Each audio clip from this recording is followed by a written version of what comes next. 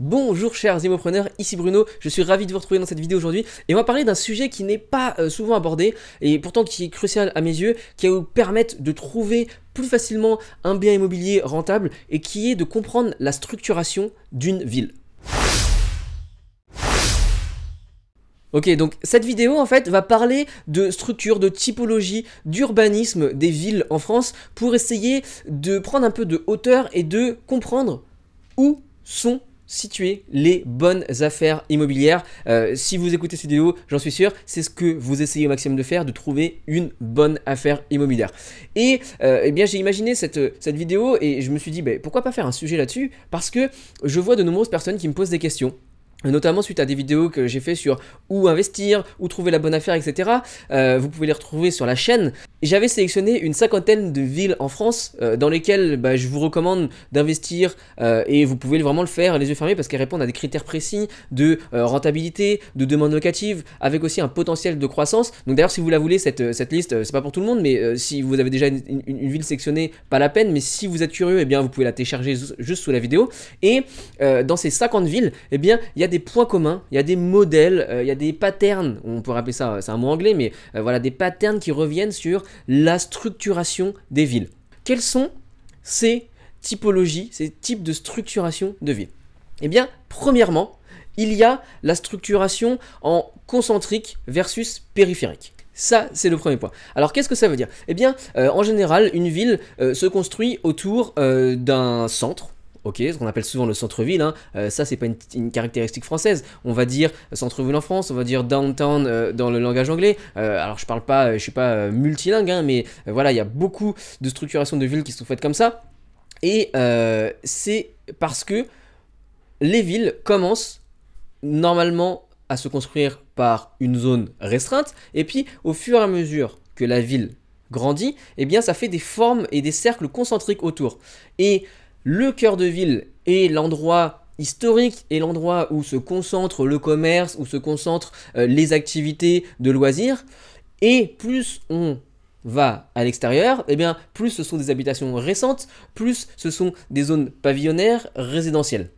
Donc ça, c'est vraiment le modèle qu'il y a dans la plupart des villes. Donc si je prends la ville de Nantes par exemple, hop, voici, eh bien on voit qu'on est clairement dans ce schéma-là, dans cette structuration. Ici, le centre-ville de Nantes. Donc, je vous rappelle, hein, la légende, c'est que plus c'est rouge, plus c'est des prix élevés, et plus c'est vert, plus c'est des prix abordables.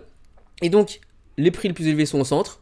Après, c'est du orange. Après, c'est du orange plus clair. Après, c'est du jaune, du vert clair et du vert foncé, les zones les plus abordables. Donc, on va vraiment ce schéma concentrique. Donc, aujourd'hui, si vous voulez trouver un investissement rentable à Nantes, eh ben, on va peut-être avoir des critères qui soient pas de viser le centre-ville parce que ça va être trop cher pour vous.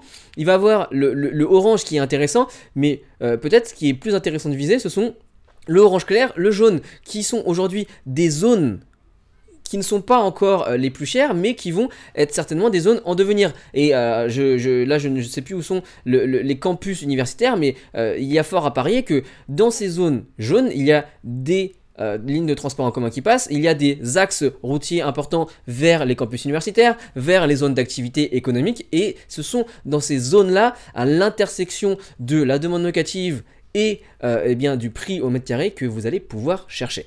Donc ça, c'est la première structuration, la structuration concentrique.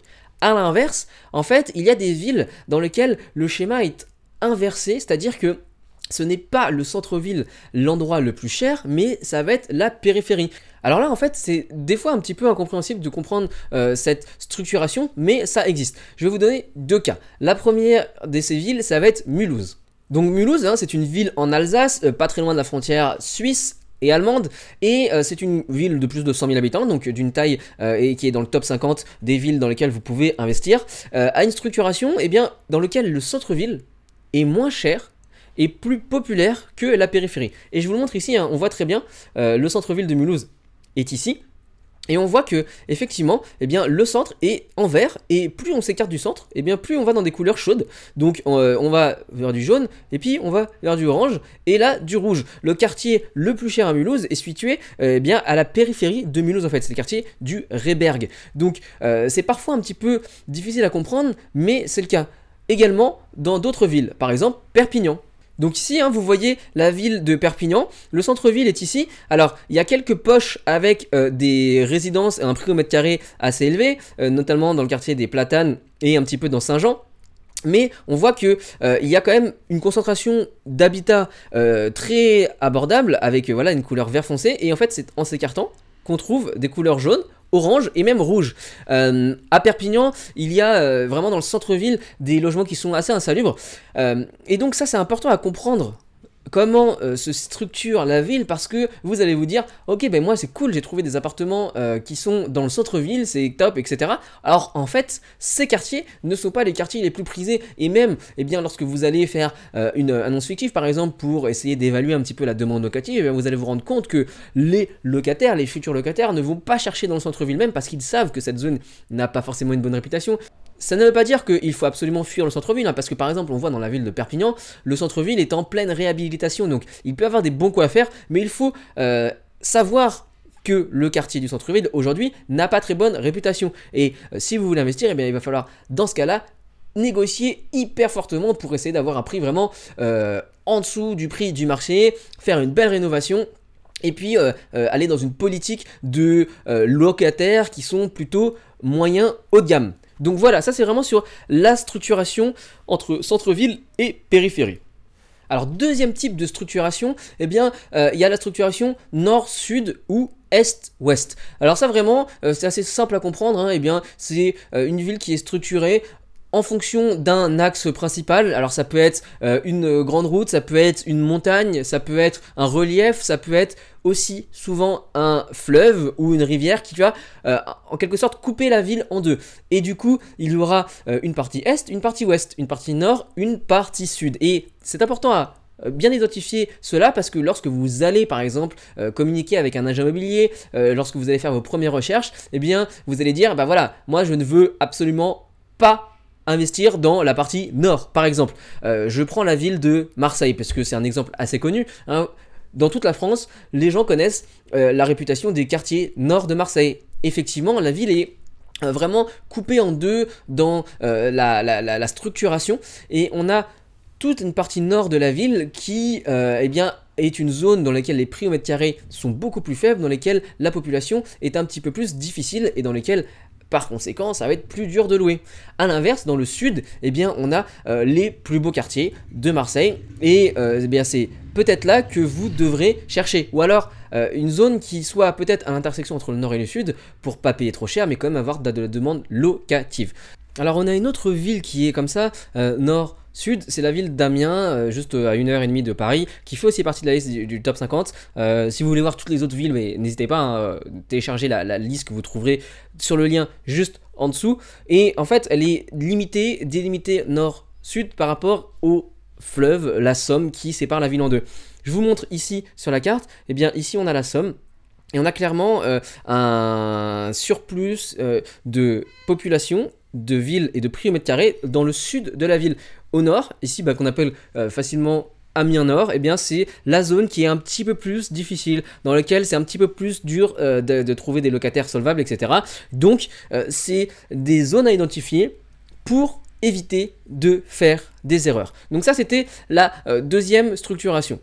Ensuite, il y a un troisième type de structuration dans une ville qui est un petit peu moins global mais qui est néanmoins très important, c'est le secteur et le quartier de la gare. Pourquoi c'est intéressant le quartier de la gare? Eh bien parce que c'est en général un point d'entrée dans la ville, un point d'entrée par lequel les gens vont venir dans la ville. Donc si vous visez notamment une population de gens qui vont être mutés, de gens qui viennent pour le travail, etc., ça peut être intéressant. Mais il y a deux types de quartiers-gares. D'un côté, il y a les types de quartiers-gares qui ont bonne réputation, qui sont intéressants, et de l'autre côté, des quartiers-gares qui sont, à l'inverse, mal famés, entre guillemets, à éviter. Et ça c'est important de le savoir parce que vous pouvez vous dire ok, moi dans cette ville j'ai trouvé un bien qui est à côté de la gare, c'est top parce que je vais pouvoir viser les gens qui sont intéressants. Si je reprends l'exemple de la ville de Mulhouse que j'ai utilisé tout à l'heure, eh bien à Mulhouse, autour de la gare, c'est un beau quartier, c'est plutôt très bien d'y aller. Et c'est très intéressant de viser ce quartier-là parce que vous allez avoir les gens qui vont travailler en Suisse, les frontaliers qui vont travailler en Suisse, avoir un très bon salaire en Suisse et venir se loger à Mulhouse. Donc c'est un quartier top. À l'inverse, il y a la ville de Bordeaux.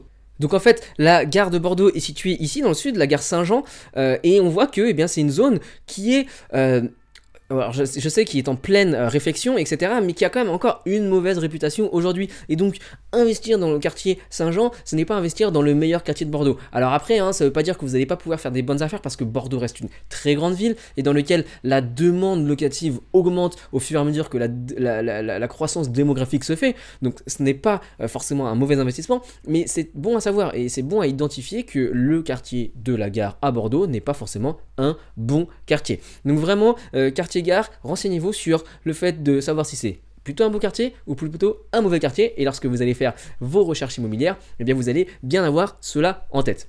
Enfin, quatrième structuration possible, eh bien c'est en fonction du relief, en hauteur ou plutôt ville basse.